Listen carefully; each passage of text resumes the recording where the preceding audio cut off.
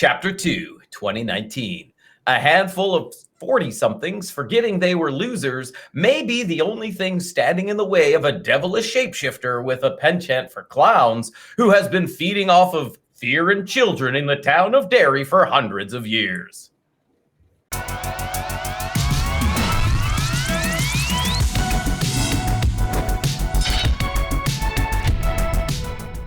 Hello, everybody, and welcome back to Our Rating, the show where I get to go with two of my buddies and we take a movie franchise, break it down by movie, give an overall score, and throw it back on the board to see where it lands. This week, I'm joined by Brian and Will to discuss It Chapter 2. Brian, how are you doing this week? I'm tired, Dan. I'm real tired. Not gonna lie, I feel you on that one. How about you, Will? You bringing the energy this week? I'm tired of 3-hour movies, Dan. I'm tired of 3-hour movies. Well, I don't know if that's going to get better next week, but yeah. All right, this is It Chapter 2. Obviously, we went over It Chapter 1 2 weeks ago because we had Moon in there. We've all seen this franchise before, though, right? This is not a first-time viewing for any of us? Yep. This is my second and hopefully last time viewing. You say that a lot on this show. It makes me really wonder what we're torturing you with. Honestly, I'm with Will on this one. This is my second time seeing this, and I don't think I have any desire to come back and revisit it again. It just... maybe because I've just been saturated by Stephen King. We were talking about this behind the scenes. And if you guys want to show up live to the Twitch streams and see the behind the scenes stuff, we get here a little early. We goof around. We talk about stuff. I've probably watched more Stephen King in the past month than I have in my entire life. And I'm just kind of saturated with it. Maybe that has to do with it. I really enjoy Skarsgård. I think he does a great... His version of Pennywise is also very good, and I enjoy that. But yeah, I'm kind of done with this, and I think after we go through it and dig through it and piece this apart, I'm probably going to be able to put the lid on it. All right, well, since we're all just throwing it out there right away, I also didn't enjoy this movie as much as the first one, or as I did the first time around. So that's interesting. I don't think it has anything to do with being oversaturated, because I haven't seen anything Stephen King in a while, other than, I guess, It Chapter 1. And this movie just was absolutely not doing it for me. My wife and I took 2 sessions to get through this one, which I hate to do. Yeah. And by the end of it, I looked over. She's going to bed. I'm just like, did that do anything for you? And she's like, no. I'm like, yeah, I just didn't resonate with almost anything. I didn't have much fun on this one. The first little bit, kind of until they go to the Chinese restaurant, I was relatively into it. And then pretty much everything after that, I was trying to think of when did I fall off? And I think it was then, right then and there, where they're all like, I want to go home. I want to go home. Mm-hmm. I was just like, yeah, go. Just go home. Just let's all just go home. Just pack it in, call it a day. That is probably one of my least favorite tropes in TV shows or movies or anything. When a character's like, I don't want to be here. I don't want to do this. Just sign me out. Especially if it goes on longer than 2 minutes. If that is the point of an entire episode of television, I'm out. They made an issue of them all wanting to go home, and then they kind of ended up, they sort of were dealing with their issues or coming up with more memories. And whether they were scared into staying and dealing with it, or they felt the need to stay and deal with their fear or something, they kind of all turned around. But yeah, them kind of going back and forth just felt like added footage that we didn't need in this so much. And I don't know how that sort of I don't want to be here attitude really related to the source material or paid homage to the Tim Curry version or anything. I don't see how that added to anything other than just dragging out the story and giving more opportunities to look into the adult's viewpoint or history. I think there's also something to be said about the fact that they were all adults. Now, I think the adults all did a good job acting. I had no problem with any of the actors, and some of them I thought were brilliant casting for the characters to grow up into that character. It's somehow less engaging to watch a full-grown adult get scared by a clown than it is to watch a 11-year-old get scared by a clown. I'm not going to say that Pennywise isn't terrifying. And obviously, they know that he can kill them at any time, and he's a gigantic space monster spider. But there's just something in my brain where when Bill Hader is in broad daylight being terrified of a clown a mile away, you're just like, okay. It just didn't have the same pop or panache for me that the first. There was a lot more daylight scenes in this one, they were just kind of CGI. The Paul Bunyan chasing him around and stuff, which didn't scare me at all. I just kept wondering how come no one else is seeing this. He's because it's I think it's in his head or whatever. But it just a lot of the sequences just didn't really land for me this time. Ironically, that's one of the only jump scares I think that actually did get me is when he's Oh, sitting on the really? park bench looking around, and all of a sudden, just when it's like right beside him. Like it wasn't like he was creepy or kept going, but just that initial like bah, because it was just so loud and just in your face. It was like, oh jeez. But I think that might be the only one. Like most of these were just more just weird. Like I said with the first movie, it's more unsettling than it is scary. So like when they're in the Chinese restaurant and all the fortune cookies are cracking open, they're like bugs with human faces on them. All kinds of it was just weird like blood acid stuff coming out of the table and gross stuff. Like this isn't scary. This is just weird and I don't like it. Also, the CGI on that was just off.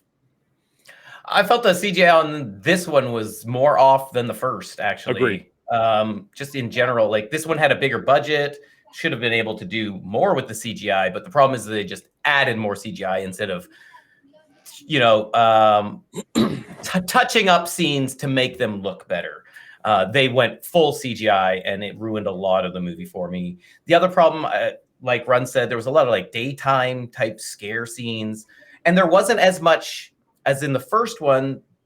They had a lot of like really weird, creepy adult scenes. Like the adults were off in Derry, right? And it made for scary situations. Like, these kids' real life was scary. The bully that was after them was super scary. And this movie didn't have that, and it didn't have good Pennywise scenes, so it didn't really have anything scary. There's so many problems I don't even want to talk about because I just feel like I'm going to be ragging on this movie forever. And longer than the movie itself, if that's even possible. Yeah, it's very long movie.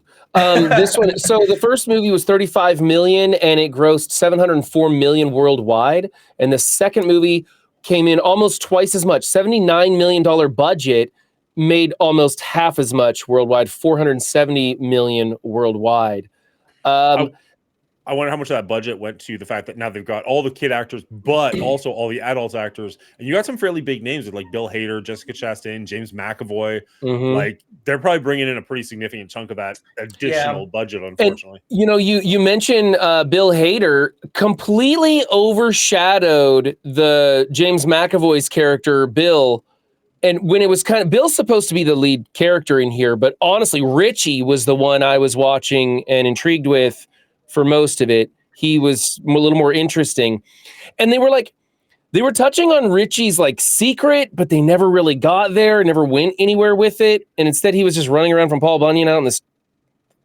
Yeah, but he got more. That's the thing though, is Rich got a story arc, whereas the majority of the characters did not. Yeah. Mainly, like, as you said, Bill, his character had like very little arc. Like, he's still upset about his brother that he lost like 20, 30 years ago. Like, it's the same ploy. At least Pennywise went after some other kids and made him feel bad about it. So that was something. And then there's Ben, who is no longer out of shape and has everything going for him, except for the one love he lost 30 years ago. He's still not over it. Like, what does the clown have to go for him? Nothing. That's why he's barely in this movie. His character, it makes no sense to be there. It's terrible. And yet he gets his own little segment, and you're like, oh man, why am I watching this? Why am I watching this? So I'll push back that the slightest little bit. Yes, it's weird with Ben's character because he's in the real world, we'll call it, and still looking at that photo in his wallet. So like he's clearly not over her, even though everybody's forgotten everything. He's still holding on to the feeling of her. With Bill's character, though, you got to remember he left Derry a long time ago. He's coming back. He's seeing his old house. He's seeing the place where his brother was killed. Like, he's being confronted with a lot of those things. It's not necessarily getting the feeling that in his day-to-day life, he's like moaning about his brother on a constant basis. So much as like you're returning to the scene of the crime where all the trauma is. That would bring up a lot of feelings. It could trigger something. Yeah, I guess so. Although in this plot line, does he even remember he had a brother? Because they all forgot Derry and that they were there at all. Why did they even come back? How did Mike convince them? How did Mike even convince them, being like, hey, remember we made a pact? Actually, I don't remember Derry at all. Who are you? They didn't really showcase those conversations enough to isolate that, because I was kind of like the same thing. Like, like they blast through the conversations on the phone and he gets everybody to come back and they all remember each other all of a sudden, but they have a hard time remembering anything else. Even when they're in Derry, they struggle for it. Now, the amnesia thing did explain one thing that didn't make a lot of sense to me. Beverly is married to an abusive husband, and I was like, that just doesn't really check for me. I know there's a thing about people, you marry your father. You marry your father, or the guys marry their mother or whatever. I get that, but this seemed like her character in the first one overcame her fear of her father. You wouldn't expect her to get into another relationship like that with some other dude.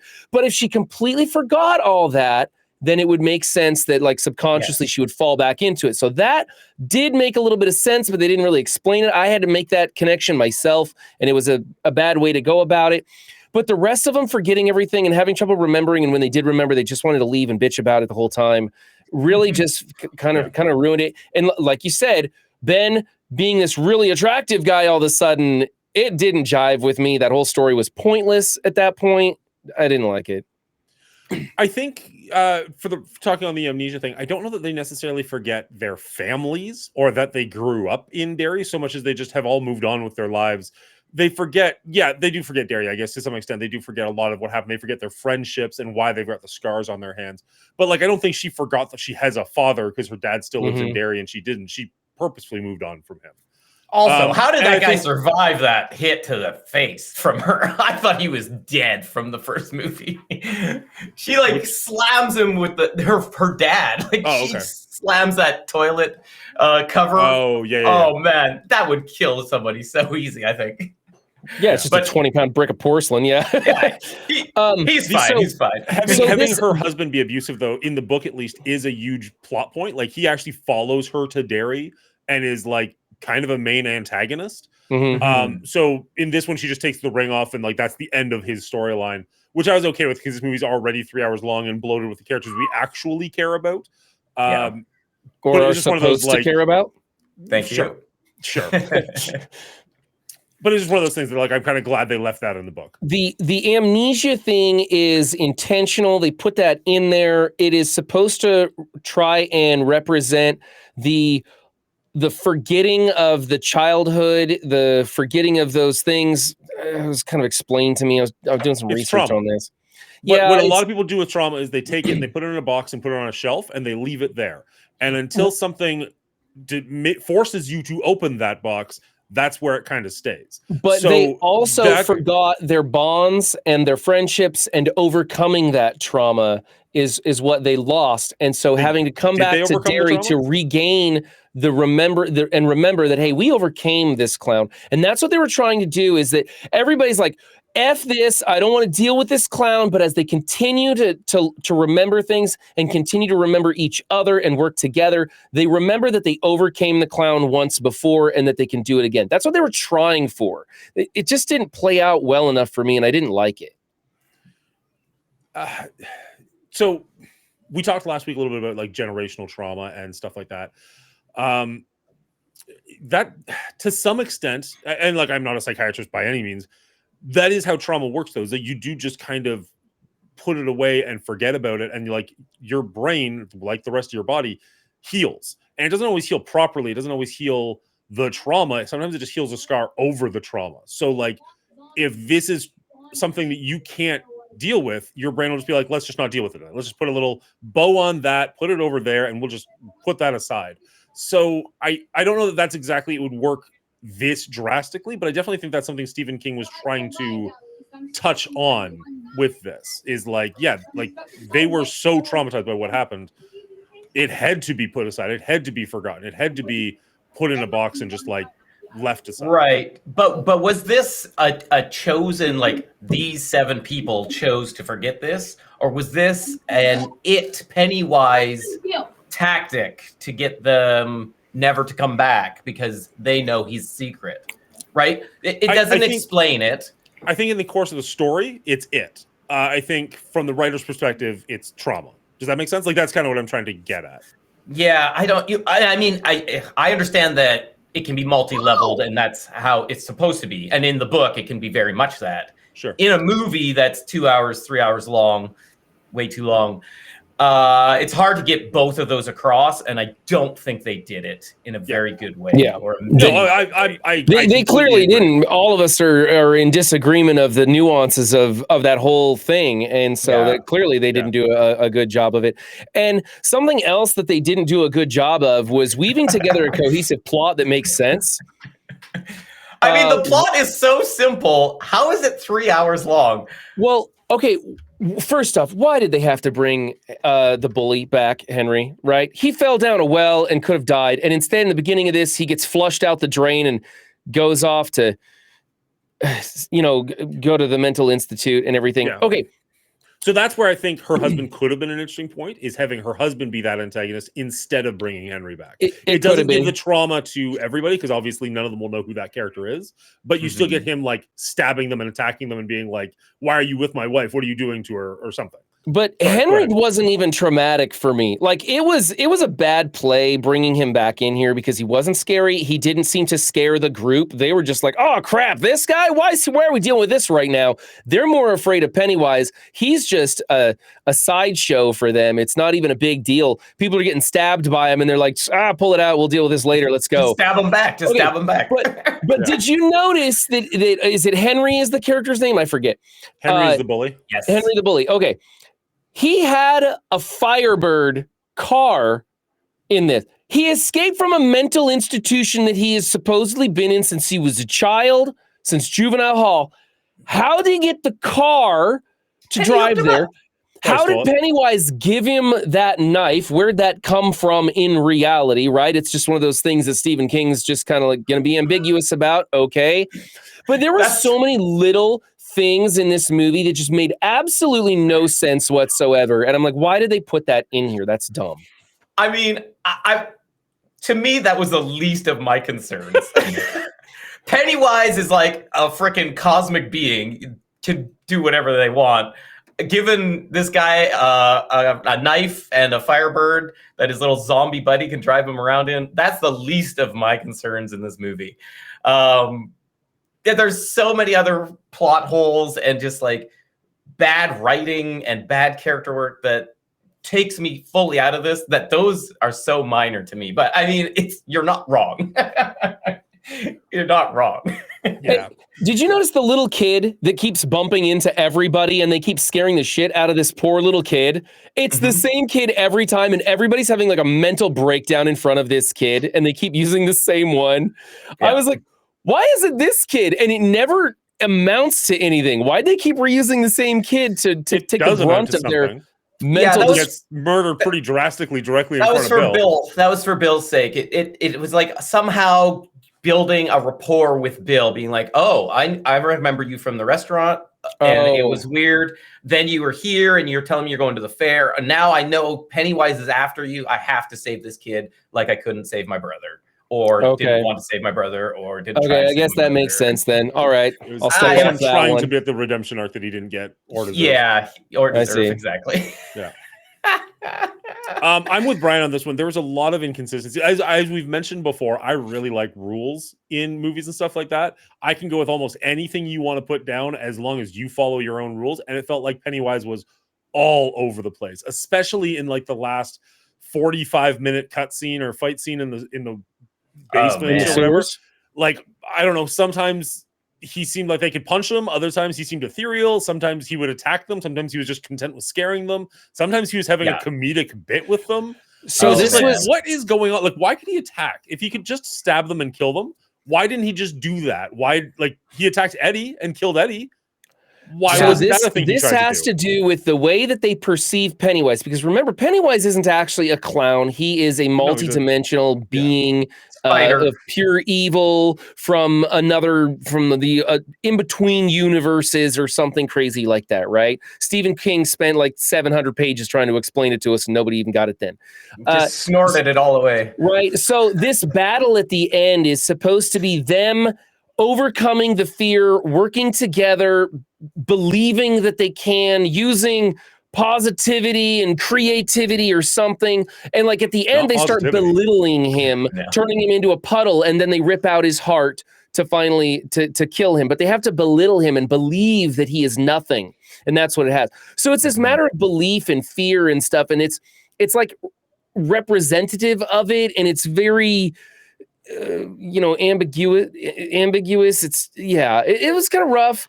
But speaking of the final scene, there's a lot of people did not like Stephen King's ending in the book because it was very hard to understand because of all that ambiguity. However, the movie with Tim Curry, everybody hated the ending because it was the spider monster, right? And they couldn't make a monster to represent it in its true form. It was supposed to be just what people could comprehend. And so they made a big spider monster, and no one liked the ending. And so throughout this story, even Stephen King himself makes those jokes about the ending sucked, right? Bill's book, the ending sucked, and I didn't like the ending and all that. So this time they made sure to put Skarsgård's face on the monster. It was still kind of a spider monster, still a CGI wonder cluster. But you still had the creepy eyes or some of that emotion coming through from Skarsgård, which I like that they tried that. They tried to change that ending and make it a little different from everything else and still incorporate things. Like they have the ritual of Chud or something is in the book. Yep. And instead they use that stupid wicker basket thing that they're trying to trap him in that replaced the thing. And they didn't have the turtle from the book, but we did have lots of little instances where you see a Lego turtle in the background, or they're out playing in the quarry and they're like, oh, you're stepping on a turtle or something. And they mention it because they wanted the audience to know, hey, we know the source material, but we're going a different way. Well, they just can't really put it all in, right? Let's be honest. They just can't. Right. It's already 3 hours long. The problem is they should have cut more or made different decisions to trim it, because here's the biggest problem for me. The first It movie, all the children, was a nice encapsulated story. It hit every beat. You had a through line for all the characters. It was finished. Aside from, 27 years, we have to come back later. You don't even have to. It's just like, okay, well, you can pretend they come back and they defeat it, right? Because they know what they're doing. Then you cut to this movie, and it's the exact same movie, only instead of young adults or kids, it's grown-ass bitches who don't freaking have any clue. The kids did so much better than these idiot adults that you don't believe they're afraid of a clown anyway, because they're adults that have bigger problems in their life, like abusive husbands. It just doesn't work. You're telling the same story. You're telling it worse. And then you're putting in the kid actors because they're the ones that blew up the first movie in the beginning. It's just over convoluted. They tried to bite off way more than they could chew. It reference, and it just fell so flat. It fell so flat for so many reasons. But they should have just stopped at the first one and called it a day. I think you're right. And honestly, I didn't like the adult actors who played the older version of those children. They didn't match up. Back in... I thought they matched up very well. Yeah, that's like the one redeeming factor of this movie for me. I didn't like it. Well, especially Ben, right? Ben didn't fit for me at all. And I guess Bill, I liked Bill. James McAvoy did a good job as Bill. And I didn't like the guy who played the older version of Ben. I didn't like how they went with a good-looking version of him. We talked about that. Sure. But the rest of them, I kept having to go, wait, who's the other than Eddie? Or is it Eddie? It's Richie. Richie was the one, but he was, the glasses. You knew who it was, right? The giveaway there. But the rest of them, I kept going, wait, who's this? Wait, is that Stanley? No, he committed suicide. Wait, no, who's this? Like, I kept having to stop and try and remember. And then, of course, the other thing, too, is that I watched the original one with Tim Curry. So now I'm getting those kids mixed up with these kids and those adults mixed up with these adults. So maybe I put it on myself, but it was a little too much. Problem. I mean, what about you, Dan? What did you think about the adult casting compared to the children? I mean, it helps that I also know half of the adult cast, whereas I only knew one of the child actors. So you always have like that little bit of an in. I thought a lot of the actors did a really good job. And especially, specifically, I would say Bill Hader and Jessica Chastain, when they have those like flashback cutscenes back and forth, you can really see just how close they actually are, like how much it does kind of work. That like, yeah, I could absolutely see you growing up into this person. See, I didn't like Jessica Chastain as Beverly. Really? It didn't fit. Yeah, it didn't seem like the same person. She seemed like a totally different person to me.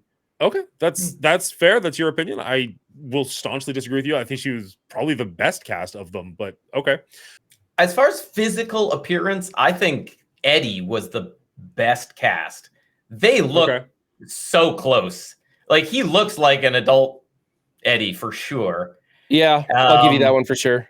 And overall, I feel like the casting director, whoever matched these faces to the kid actors, I thought overall they did a good job. I think where it fell, and maybe, Brian, where it fell for you the hardest, is in the writing of the characters.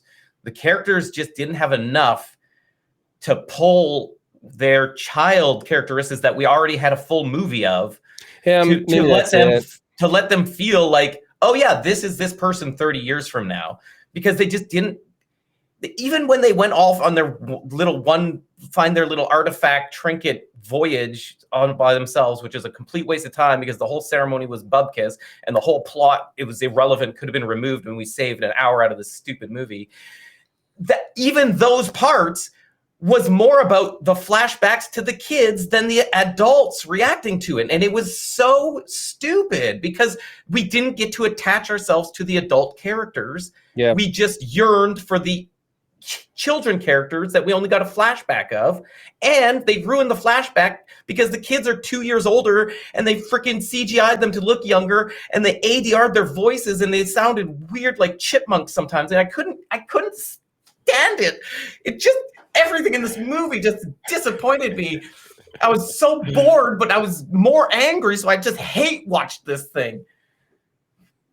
Anyway, but I think the casting director didn't get any job. Of that personally, but oh, dude, if you do some shots of what's his name, Finn Wolfhard, he's full CGI, man. And Eddie's voice is the worst. There's times where he literally sounds like a robot, like a chipmunk robot. It's so bad. Here's the problem. If I fall out of the movie, these are the things that I pick up on instantly because I have nothing else to do. I've got nothing else to do but find all these crazy flaws that if you were invested in the movie, you could let it go. You just let it go, let it go. CGI didn't bother me anyway. Fun, you'll overlook stuff like that, right? Exactly. Like, I had a lot of fun watching Predator Prey, and so I could overlook the hatchet on a string. In fact, I had fun with that, right? As stupid as that was. This movie, you're not having fun. In fact, my fun score is really low on this film, and it makes everything else start coming down because you start noticing and picking it apart. And this time, the second time around, like I said, I picked this thing apart. And there was just so much that I did not enjoy going through it. So I don't want to watch it again. The only thing that I did enjoy was Skarsgård's portrayal of Pennywise. Even though, hold on a second. Let me get those off. My chat's going nuts. Skarsgård's portrayal of Pennywise was still really good. I just like the way he did it. I like his take. Doesn't mean I don't like Tim Curry's. I think Tim Curry's was amazing. I just like the way that they chose to go with this, making him less human and having a harder time trying to mimic a human clown. And, you know, the beep beep Richie and the little childish ways he talks that are just not right. I enjoyed that. That was about it for this film, though. You know, probably my favorite sequence was when the little girl with the scar on her face goes underneath the bleachers and is talking to him, and that little dialogue back and forth between him and her. And the whole time you're just like, oh no, run away, little girl. That was pretty good. The rest of this film, though, it was such a disappointment after coming off the first one with the kids just rocking it for the most part. I didn't like it as much as you guys did, but the story with the kids was great. And then I think Will's got it down. I think the writing for these adults just didn't allow us to get in with these characters as much as I wanted to. Yeah. Even the little girl scene, I agree. It was like one of the better scenes. Yeah. But it's the intro to the first movie all over again. Yep. So it's pretty like they didn't even do anything new. It's just the exact same thing oh, it's a scar instead of, or like a birthmark instead of a balloon, or not a balloon, a boat, right? She wants that removed. He wants his boat back. It's the exact same setup, exact same result, except for this one's halfway through the movie, so you don't start with a jarring incident. And even the jarring incident, they cut the legs off of Pennywise in this movie. The inciting incident in this movie is a couple at the fair who get bashed for who they are by local kids. And it's a horrible scene. No disagreeing there. It definitely was like, damn, this is horrifying in real life. But then Pennywise is just there, like biting this guy for no reason. Like Pennywise looks like an afterthought. He looks completely useless compared to the town of Derry. And that doesn't make any sense if your main goal is to present it. You lost me right off the bat. You lost me right off the bat. Yeah, that was another plot point for me that I didn't understand. It was like, why are you having this issue about these two gay guys that are being beyond harassed, beat to death by these horrible people from the town? What does that have to do with his story? Don't get me wrong, it was a shocking and scene and everything. It was actually a pretty decent piece of cinema right there. Had nothing to do with his story. They were the guys beating them up. That was a way scarier scene. Dealing with that kind of crap was a way scarier thing than this weird clown all of a sudden at the end, just like gnawing on a body. I was like, what? Okay, I gotta step in for a second. I think the whole point of the show Welcome to Derry, and that's going to get more into it probably, I haven't seen it, you have, is the closeness. I'm missing the words. That's what I always do whenever I try and go live. The proximity to the spaceship or whatever it is that Pennywise crashed into is like emanating evil. You can see that like objects around it don't perform properly in gravity. Some of them are floating up, some of them are floating down. All the kids are just hanging around. Like the craft itself is just changing the world around it, and it has lived there for so long. It is emanating evil. So the whole point of it is that Derry itself is almost like a haunted town. So the people in it, including the bullies, are acting so far above and beyond what normal bullying would be. They're treating people horrendously. They're attacking these bullies. And they actually scare and just beat this person up to the point where body flows down to exactly where Pennywise is so that Pennywise can eat. He doesn't have to do anything. The people of Derry are doing it for him. I feel like that's a point that is brought over and over again in this movie. Everybody in these movies are treating people horrendously, like way beyond what we normally see. Like you can see movies with bullying like Dazed and Confused, and it's a little bit of like harassment. And then you get into this one and like everybody is awful. Like Henry Bowers is like carving his name into these kids. The harassers at the fair are literally trying to kill this couple. Like when he jumps or throws the body over the bridge, there's no doubt in my mind they have to assume that they just killed him. Like there's no way they don't. I think that's kind of the point that is like the unspoken truth of Derry, is that even when Pennywise isn't actively doing something, his presence is felt in everything that is happening around him. You guys don't get that at all? That didn't. I agree. I agree 100%. But I was waiting for you to go off of full screen. Fair. Yes, in the first movie, that is 100% accurate. In this movie, that is 100% not accurate. In this movie, it's only those guys at the start at the fair. That's true. There's not a lot. There's the bullies. Where else? There's the bullies in the arcade with Richie. Yeah, but that's a flashback, isn't it? It's a flashback. Yeah. Sure. But again, it's all the kids. None of the modern day stuff, aside from the fair, shows that aura of Derry under this cursed spell. And it's there's times you can do it. Like there's the waitress at the restaurant. She doesn't do anything. There's people here and there that don't nothing except that incident in the modern times shows that. Otherwise, it's Henny. Yeah, but he's like possessed by Pennywise. Like that's sure, but that's kind of my point. Like the whole town to some extent, right? Like and they don't interact with very many people outside of their little circle. Henry is also an outlier because Henry knows who Pennywise is. Henry's accepted. Like it feels like it's accepted him as like he came back. He wants me to do his bidding. Like he was into it, right? Mm-hmm. In this movie, again, in the first movie, I think you can say it's the curse of the presence, the dairy. emanating of Sure. evil, and that would The make second sense. movie does not come across at all in the same way as the But first. theoretically, you've seen the first movie. If you're watching the second one, if they spent time building that up again, it would be completely unnecessary. They show you the one scene to show that nothing's changed. Add another hour. Sure. Like, you're the one complaining about the time, but then you also want them to put more scenes. No, it's a Dan's joke. point, Obviously. in the show Welcome to Derry, there is some brutal scenes of racism, and your idea makes a lot of sense in that TV show and how it's carried on. So I think that is something that's trying to happen. They didn't do a great job of portraying it in this film. They just had that intro, and they could have.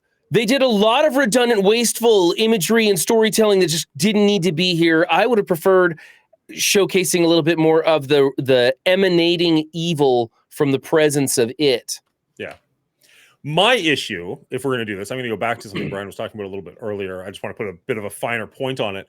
My issue with this movie is the ending, because we've had 2 full movies of these kids getting beaten up and tortured by the people in their lives and called losers to the point where they just had to own it. We see them grow up as adults, and all of them are very successful adults. Like, none of them, maybe Stanley, we don't really get a whole lot what's going on with him, but the rest of them all seem like they have very successful lives, whether they're actually legitimately rich or running companies or, television producers or whatnot, or writers. All of them are doing very well in their lives. They come back to Derry, they're reminded that they're losers. And then the culmination of this film, the way they defeat this evil being who's been harassing them and other people for centuries, if not millennia, is they become bullies. And they have to use the language that they've been told the whole time. And they have to talk down to this thing. And it struck me as so wrong. And I get that they did a Care Bear stare, it'd be even worse.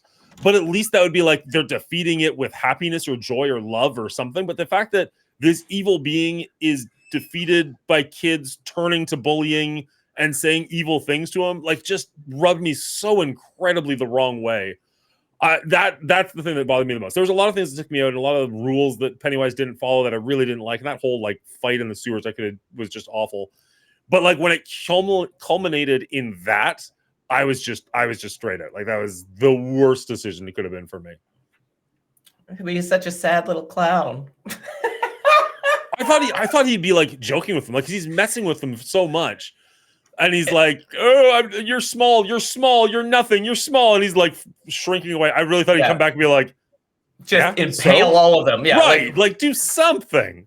It doesn't make a lot of sense. Again, to me, I think it's a bad layout for this movie. Pennywise, why he's toying with these adults so long makes zero sense, right? If you think about it, these 7, how many times has Pennywise been in a situation where 7 people have thrown him back into the darkness for 27 years, stopped his reign, and then came back to finish the job? How many times has this happened to Pennywise that he can just be like, hey, all right, let's just have a little fun. I'm sure I can scare these adults a little bit. No, just kill them. You have so much power. Just kill them. It just makes me so sad.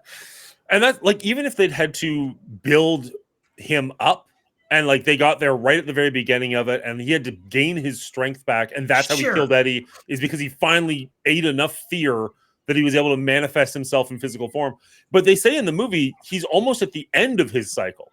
He's ready to go back into hibernation. He should be as strong as he could possibly be right now.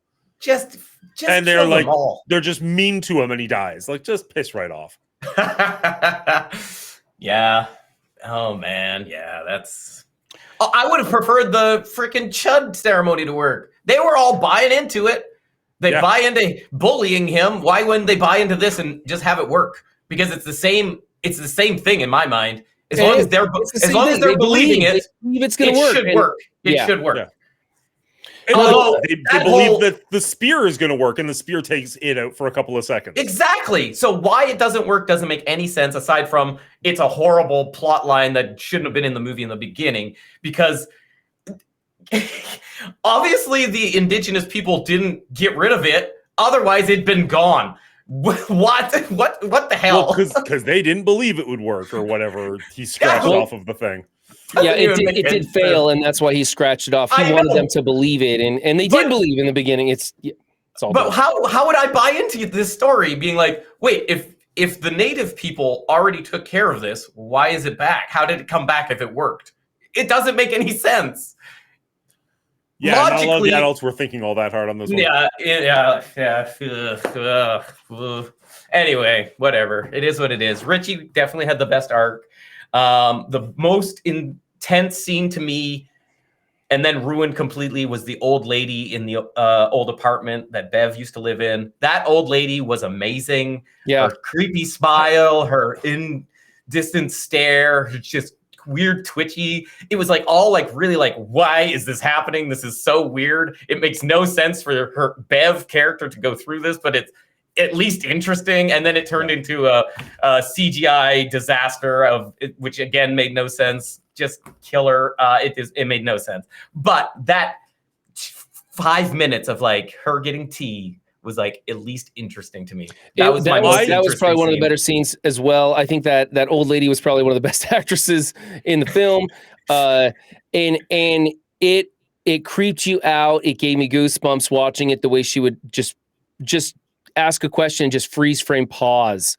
Like, and you're just like, why won't she move? And then finally she says something and changes her expression. Yeah, it was fantastic. And then the monster comes out of the dark, and it was trying to get you that kind of one jump scare. And then she was like chasing around the room, and it went downhill. But it was, I like that. That was cool. It reminded me of the scene from the first movie where they are watching the slideshow in the garage.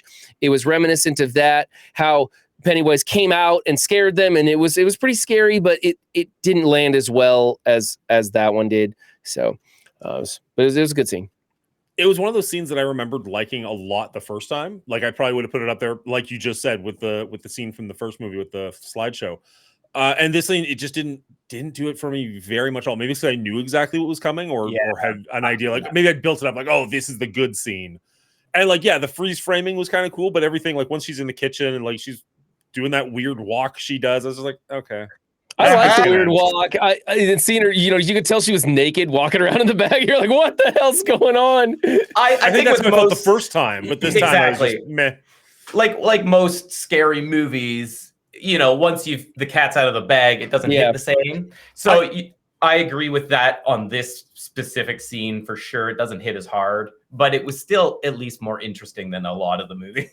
I will hit back on that just the tiniest bit though, because like obviously we just watched the whole Conjuring franchise, but because I'm editing it, I'm essentially watching it a second time. Right. Some of the scenes that are creepy are still creepy the second time around. Oh, that's like, good. That's like good. when there's something on screen that is just not necessarily horrifying, but just off, just really off. Even though I'm editing the film and like I'm usually listening to something else while I'm going through it, like the hair on the back of my neck is still going up because I'm just like. Well, I had that when we watched Chapter 1. When we watched Chapter 1 the second time around, I was like, yeah, this still can scare me. And I know what's coming, not with Chapter 2. It was interesting. Even that woman scene just did not do it for me. It was interesting at best. And that was it. Fellas, I'm ready to be done with it. Oh, God, I was ready 10 minutes ago. If you like what we do and you want to help support us, head on over to our Patreon. There's a link down below.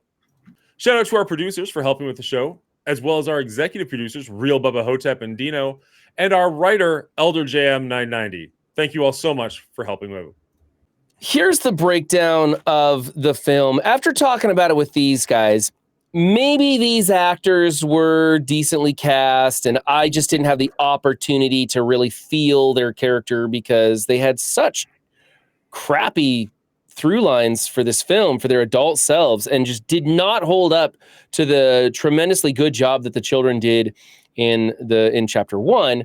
So maybe I can give them a pass there. But there were so many just really weird plot holes. Everything from the wicker basket and how they, end up defeating Pennywise to just some of the weird stuff like, how's Henry Bowers get a car? Like, why? Where'd that come from?